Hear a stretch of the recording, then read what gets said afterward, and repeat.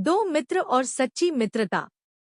किसी समय की बात है, एक छोटे से गांव में दो बहुत अच्छे मित्र रहते थे। उनके नाम थे राघव और मोहन। राघव और मोहन बचपन से ही साथ खेलते, साथ पढ़ते और साथ में बहुत सारा समय बिताते थे।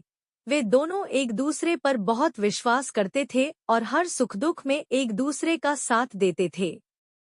एक दिन राघव और मोहन ने सोचा कि क्यों न जंगल में घूमने जाया जाए। जंगल गांव से ज्यादा दूर नहीं था और वहां कई तरह के जानवर और पेड़ पौधे थे। दोनों मित्र अपने साथ खाने पीने का सामान लेकर जंगल की ओर निकल पड़े। जंगल में घूमते घूमते उन्हें समय का पता ही नहीं चला। जब सूरज ढलने लगा तो उन्होंने सोचा कि अब वापस घर चलना चाहिए। तभी अचानक उन्होंने झाड़ियों में कुछ हलचल सुनी। दोनों ने ध्यान से देखा तो एक बड़ा भालू उनकी ओर आ रहा था। राघव ने मोहन से कहा, भालू आ रहा है, जल्दी से पेड़ पर चढ़ जाओ। राघव खुद फुर्ती से एक पेड़ पर चढ़ गया, लेकिन मोहन पेड़ पर चढ़ना नहीं जानता था। वह डर के मारे कांपने लगा। उसने सोचा कि अब उसकी जान बचाना मुश्किल है। फिर मोहन ने सुना कि भालू ऐसे लोगों पर हमला नहीं करता जो मरे हुए होने का नाटक करते हैं। उसने तुरंत जमीन पर लेटकर अपनी सांसें रोक ली और मरे हुए का नाटक करने लगा।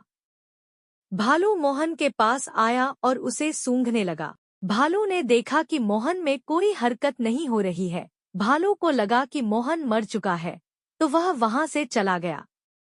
राघव ने पेड़ से नीचे उतरते हुए मोहन से पूछा, भालू ने तुम्हारे कान में क्या कहा?